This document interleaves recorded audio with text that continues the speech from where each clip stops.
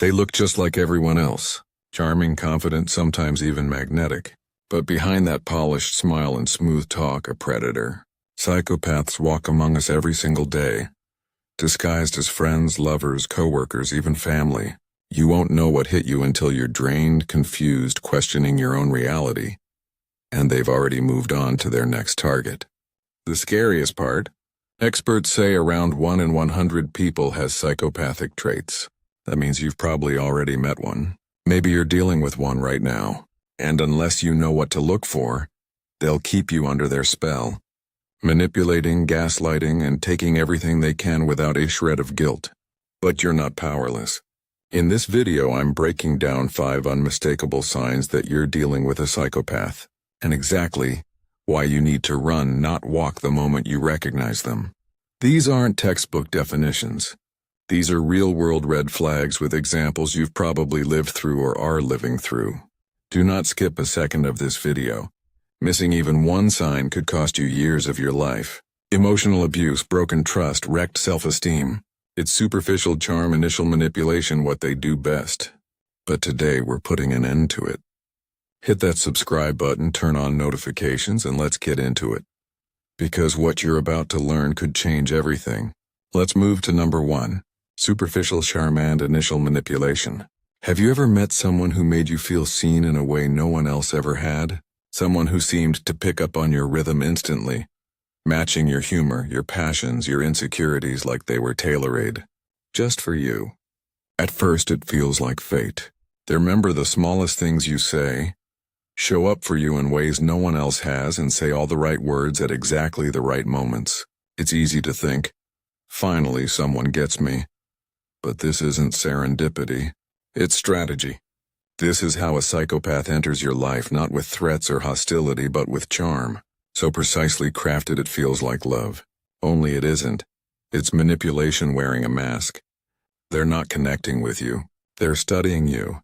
Every compliment, every shared interest, every thoughtful gesture is a tool they're using to dig deeper into your mind, learning what makes you tick, what you crave, and what you fear. It's not affection. It's reconnaissance. Let's break this down. Psychopaths are emotional tacticians. They learn early in life how to mimic empathy and connection, but they don't feel it.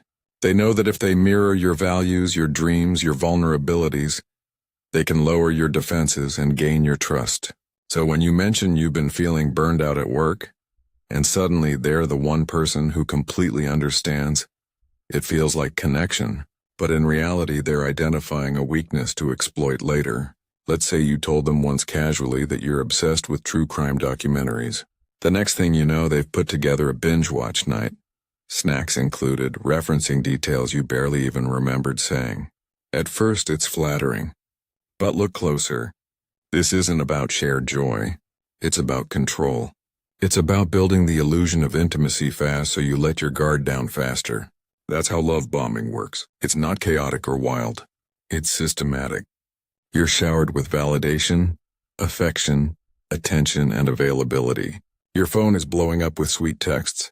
They're talking about your future together within weeks. They make you feel chosen, special, safe. But the truth is, it's all conditional. Because the moment you say no or take back a little control, maybe you don't respond right away. Maybe you question something they said. The switch flips. The warmth turns toys. Suddenly they're distant, cold, even irritated, and you're left wondering what you did wrong. That's the first major red flag. Superficial charm that disappears the moment you stop giving them what they want. It's confusing because they seemed so genuine at first. But what you're really seeing is the mask slip. You were never in a relationship with the person they pretended to be. You were in a transaction. And when the transaction no longer benefits them, they disengage fast. The psychological toll this takes is real. You start questioning yourself. You wonder if you overreacted. If maybe they're just having a rough day. You rationalize their shift in behavior because the contrast is so stark, it doesn't make sense otherwise. But this emotional whiplash is a feature, not a bug. It keeps you guessing, keeps you off balance, and makes you easier to control. So how do you protect yourself? Here's where Stoic philosophy offers clarity. One of the core ideas in Stoicism is the distinction between what you can control and what you can't. A Stoic doesn't seek to control others. They focus on mastering themselves. That means recognizing when your emotions are being hijacked. It means slowing down, observing the facts, and resisting the urge to react emotionally to intense charm or sudden coldness. It means asking yourself, am I being loved or am I being studied? When you feel overwhelmed by charm, when someone seems too perfect too quickly, pause. Real connection builds slowly, overwhelmed by charm through mutual understanding, not scripted gestures. If someone is rushing intimacy, overwhelming you with praise, adapting to everything you say without friction, that's not authenticity. That's manipulation. Trust your gut. Often your instincts will whisper before your mind catches up. That uneasy feeling when someone seems too good to be true. That's not paranoia, it's pattern recognition. Your brain is picking up on inconsistencies you haven't consciously processed yet. You don't need to panic. You don't need to fight. You just need to observe, stay grounded, take space. Let time reveal who they really are, because psychopaths can't keep up the performance forever. Eventually, their true self will surface, especially when you assert a boundary or disrupt their control. In the end, Stoicism isn't about shutting off your emotions. It's about understanding them and refusing to let someone else dictate them. You can still be kind, warm, and open, but do it with your eyes wide open. Know that not every perfect connection is real. Some are traps dressed up as love. So if someone's affection feels more like a spotlight than a steady glow, too intense, too tailored, too sudden, pause. Take a step back. That's your first sign. The charm isn't a gift. It's bait. And the sooner you recognize it, the sooner you can protect yourself from the damage that follows. That's sign number 1. Now let's talk about the second warning sign that you might be dealing with a psychopath. Pathological lying and manipulation. You're sitting in your car, scrolling through your texts, heart pounding. You know what he said yesterday. You remember it word forward. But now Matt is claiming he never said any of it. Not only that, he's implying that you misunderstood, overreacted, maybe even imagined the whole conversation. He's calm, collected, confident. Meanwhile, you're psychotic, lying, spiraling. You start second-guessing yourself. Did I misinterpret it? Did I come off too strong? Maybe I am overthinking things. This is what pathological lying and psychological manipulation look like in the real world. Not just as vague concepts, but as daily experiences that slowly chip away at your sense of reality. And if you've ever been in a situation like this, you're not alone. This is sign number 2 that you might be dealing with a psychopath. And it's one of the most dangerous because it doesn't just confuse you, it rewires you. People like Matt don't lie the way most people lie. This isn't about avoiding conflict or saving face. Psychopathic lying is compulsive and strategic. They lie when they don't have to. When the truth would be simpler, easier. They lie because it gives them power. Controlling the narrative means controlling your perception and eventually controlling you. They craft stories with disturbing ease. Stories about their past, their friends, their job, their emotions. They might tell you about a traumatic experience that earned your sympathy only for you to later discover that details keep shifting. What was once a tragic accident becomes a violent betrayal depending on who they're talking to. One day they were raised by a strict single father, the next a neglectful mother. You start noticing the cracks, but each time you question them, they twist the story again. They might get angry or play the victim. Somehow you always end up feeling guilty just for asking. And this is where it gets truly toxic, gaslighting. That deliberate psychological war of making you question what you know to be true. They say something cruel, then later insist it never happened. They make a promise, break it, and then deny ever agreeing in the first place. They push your buttons, then accuse you of being too emotional when you react. Over time, you stop trusting yourself. You stop speaking up. You start filtering your thoughts through a fog of self-doubt. Let's return to Matt for a moment. He tells you that your coworker Jen has been talking behind your back. He says he's just looking out for you. Meanwhile, he's telling Jen that you have a problem with her. He stirs the pot from both sides, quietly enjoying the chaos he created. It isolates you, makes you feel paranoid. The only person who seems to understand what's going on, The only one who seems to have your back is him. But it's a trap.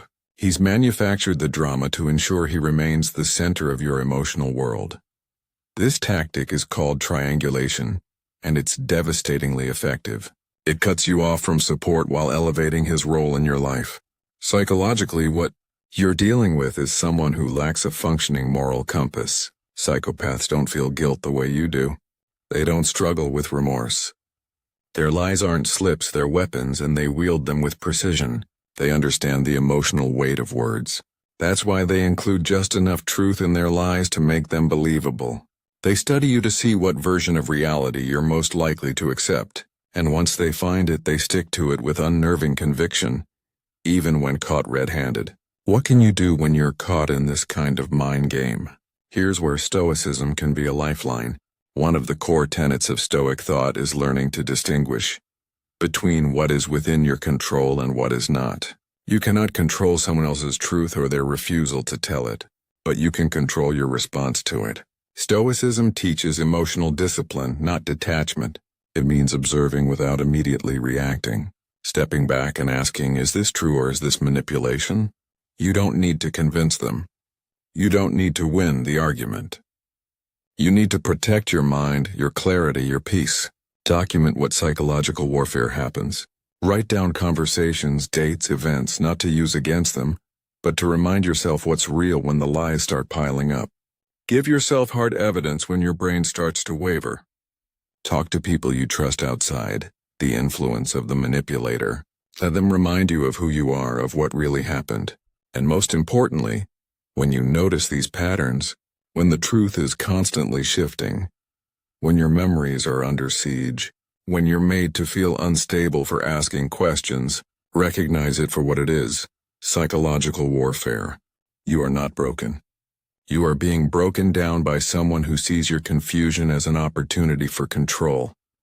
That's your second unmistakable sign that you're dealing with a psychopath. Pathological lying and psychological manipulation. And it's not just a reason to worry. It's a reason to run. Because the longer you stay, the further you'll drift from your own reality. And once that happens, getting back to yourself becomes a much harder battle. If you found these insights valuable, let me know by commenting yes below. Your thoughts matter, and I'd love to hear from you. 3. Lack of empathy and emotional depth. Have you ever poured your heart out to someone?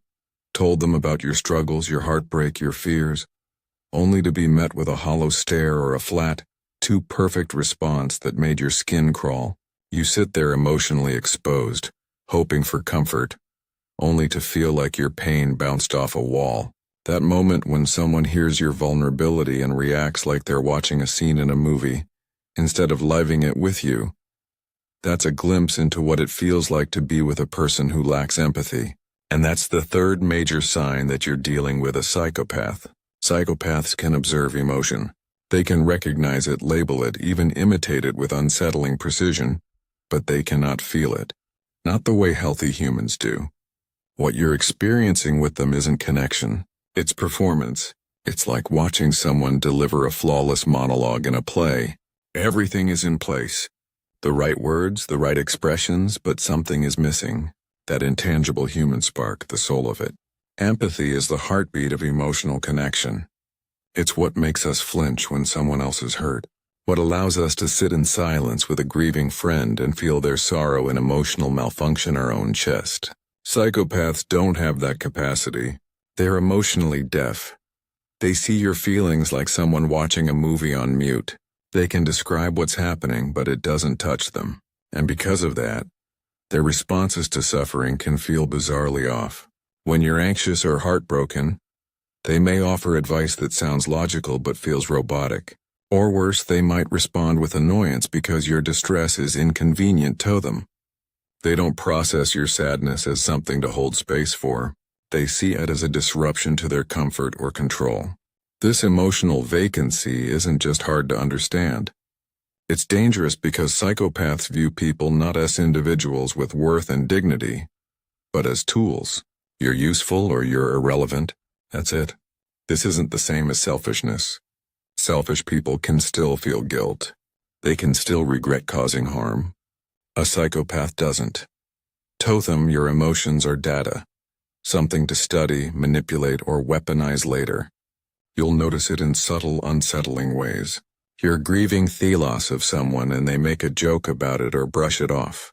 You're telling them about something that shattered you and they look more bored than moved. These aren't just signs of emotional immaturity. They're windows into a mind that does not operate like yours.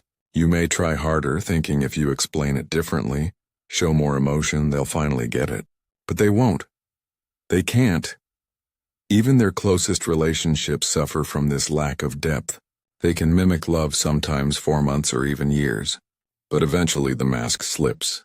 They grow irritated by your need for emotional connection. They become cold, distant, and you're left wondering what changed. The truth is nothing changed. You just ran out of usefulness or the performance became too exhausting for them to maintain. And when you show vulnerability, true vulnerability, they don't meet it with compassion. They store it like ammunition. That thing you told them during a late-night conversation, the secret you shared when you thought you were safe, it's now in their arsenal. One day when you're hurting, they'll use it against you, twist it to shame you or break you down. That moment reveals everything you need to know. Stoic philosophy offers a powerful lens here. The Roman philosopher Seneca once said, "We suffer more often in imagination than in reality." When you're in a relationship with a person who lacks empathy, your imagination will fill in the emotional gaps. You'll want to believe they care. You'll interpret crumbs as love, mistaking cold analysis for concern. But Stoicism teaches you to ground yourself in what is, not what you wish it were. If someone repeatedly meets your pain with indifference or self-interest, believe them. Don't chase their potential. See their patterns. What's within your control is your own emotional clarity. Pay attention to how you feel around them, not just during the highs, but when you're low. Do they lean in with warmth or do they withdraw? Do they use your feelings as a bridge or as leverage? Stop waiting for empathy to show up where it doesn't exist. Protect your emotional truth. Don't try to fix someone who doesn't even see the problem. So ask yourself, have you ever been in a relationship where you felt emotionally alone even when the other person was physically there? Where you shared your soul and received a lecture or a smirk in return? Parasitic lifestyle. Did it ever feel like your pain was being studied instead of shared? If that resonates, I want to hear from you. Drop a comment below and let's talk about it. How did you recognize the lack of empathy in someone close to you? What finally opened your eyes? And if this is helping you connect the dots, subscribe now. You're not just watching a video. You're taking back your power. You're becoming someone who can see clearly, act wisely, and protect your peace. 4. Parasitic lifestyle and systematic exploitation of others. It starts so subtly you don't even realize what's happening. A borrowed car, a week-long stay that stretches into months, a shared credit card just for emergencies. They never frame it as taking. They call it sharing, supporting each other or building a future together. But the truth is darker.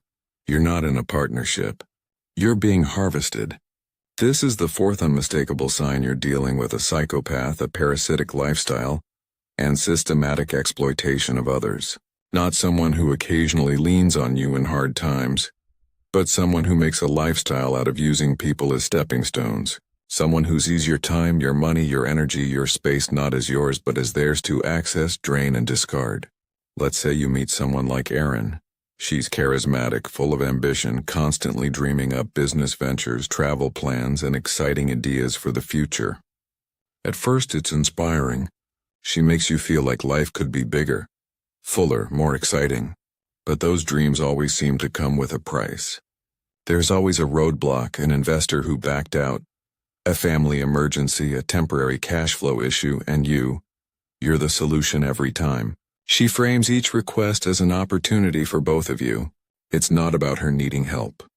It's about you two building something great together. So you loan her a bit of money. She promises to pay you back next week, then next month, then never. You let her crash at your place for a few nights. Before you know it, she's moved in, stopped contributing, and subtly made your home hers. These violations don't come all at once. They creep in, one small boundary crossed at a time. Psychopaths don't just take, they believe they're entitled to what they take. That's the difference. They don't view your sacrifices as generosity.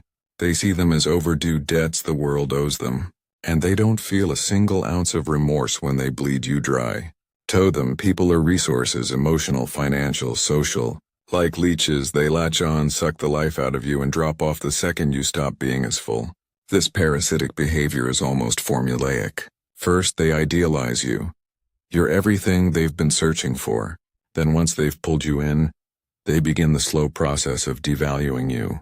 They question your judgment, mock your goals, make subtle comparisons to others, chipping away at your confidence. And once they've taken everything they wanted, they leave coldly, quickly, sometimes right when you need them most. But they rarely leave without keeping some strings attached. Maybe they hold on to your Netflix password, still use your Uber account, or keep a key to your place tactics tools just in case. These aren't just oversights. They're tactics.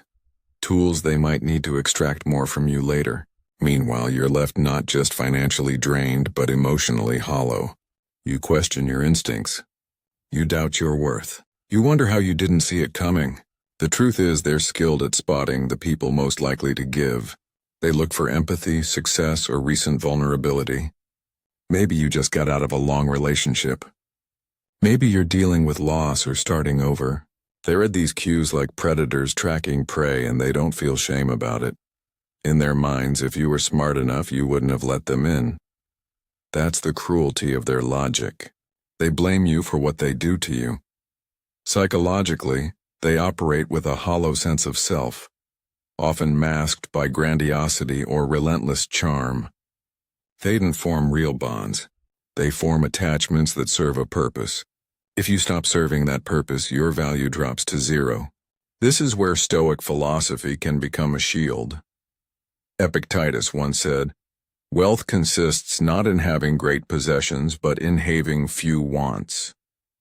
A psychopath's hunger is endless.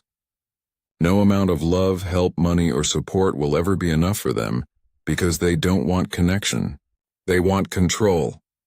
You can't outgive their need. You can't fix their void, but you can protect your own. Stoicism teaches us to place our peace above possessions, our virtue above validation. When someone repeatedly takes more than they give, when your boundaries are being tested over and over, it's not your job to keep justifying your limits. It's your job to hold them, not from anger, from wisdom. Because once you see their pattern clearly, you no longer owe them access to your life. Recognize the exploitation for what it is. Not just inconsiderate behavior, but a deliberate method of survival that comes at your expense. Reclaim your space, your time, your money, your self-respect. Because to a psychopath, your generosity is just a resource to exploit. And the longer you wait to draw the line, the more they'll take. The sooner you see it, the sooner you can walk away with what's left intact. That's sign number 4. Next, we'll uncover the final signal that you're dealing with a psychopath. The impulsive and irresponsible, even in the face of undeniable harm. There's a certain type of person whose life always feels like it's teetering on the edge of chaos. No job seems to stick. Their romantic history reads like a trail of broken promises. They tell stories of betrayal, unfair treatment, bad luck, but the common thread is that somehow none of it is ever their fault. Spend enough time around them, and you'll find yourself cleaning up messes that aren't yours, carrying burdens you didn't create, and apologizing for things you never did. This is the 5th and final warning sign that you may be dealing with a psychopath. Impulsivity and a chronic refusal to take responsibility. Unlike the slow, calculated manipulation of earlier signs, this one can feel almost frantic. Psychopaths crave stimulation the way a drowning person craves air. Boredom to them is unbearable. Routine is suffocating, so they chase the next thrill. Whether it's a new job, a spontaneous move across the country, or a reckless relationship, they live moment to moment, with no regard for how their choices affect others. The fallout is left in their wake like broken glass, shards others are forced to walk across. Take someone like Jason. At first glance, he's magnetic. He's always talking about his big plans, new ventures, exciting ideas. But behind the charm is a consistent trail of destruction. He bounces from one startup idea to the next, never seeing anything through.